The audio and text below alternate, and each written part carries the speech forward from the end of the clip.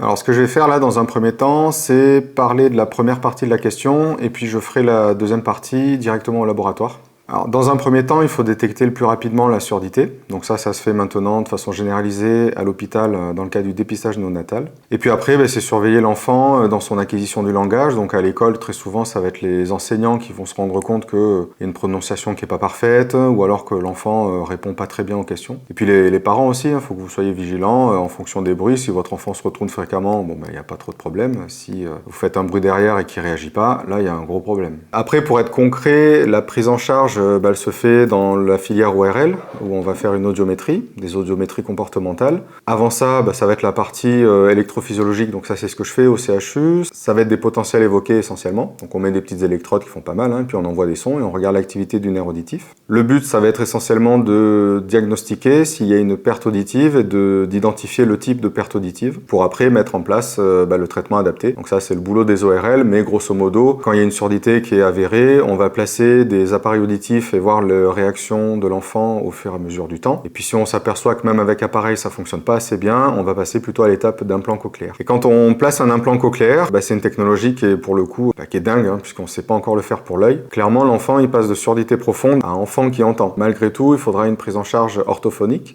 pour réapprendre ou en tout cas pour apprendre à identifier les sons, parce que c'est vrai que l'implant peut avoir tendance non pas à déformer, mais on fait entendre des sons qui n'ont jamais été perçus par un enfant, donc ça doit s'apprendre. Et puis après, il y a le soutien, l'accompagnement scolaire. Donc ça se fait à Montpellier, ça se fait à l'Institut Saint-Pierre. Donc si je dois résumer cette première partie, le plus important, c'est pas tant le type d'appareil ou en tout cas le type de prise en charge, mais c'est vraiment le suivi que l'on va faire à côté. Peu importe le choix, c'est vraiment comment l'enfant va se développer. L'acquisition du langage étant le plus important. Et le suivi, maintenant, vous le savez, j'en parle tout le temps, mais c'est pas uniquement l'ajustement des réglages, etc. C'est vraiment l'accompagnement dans tout ce qui se fait, dans tout ce qui fait le tour de la personne. Si vous devez retenir quelque chose, c'est une prise en charge précoce, c'est ça qui va tout changer. Donc on se retrouvera sur la deuxième partie un peu plus tard à mon laboratoire, et là je vous expliquerai un peu plus en détail la mise en place des appareils, etc. On parlera sûrement de RECD, pour ceux qui me suivent sur les autres réseaux, j'ai fait des carousels là-dessus. Donc vous verrez que chez l'enfant, le RECD, c'est ce qui fait toute la différence dans le réglage. Si cette vidéo, ce genre de contenu te plaît, je t'invite à t'abonner,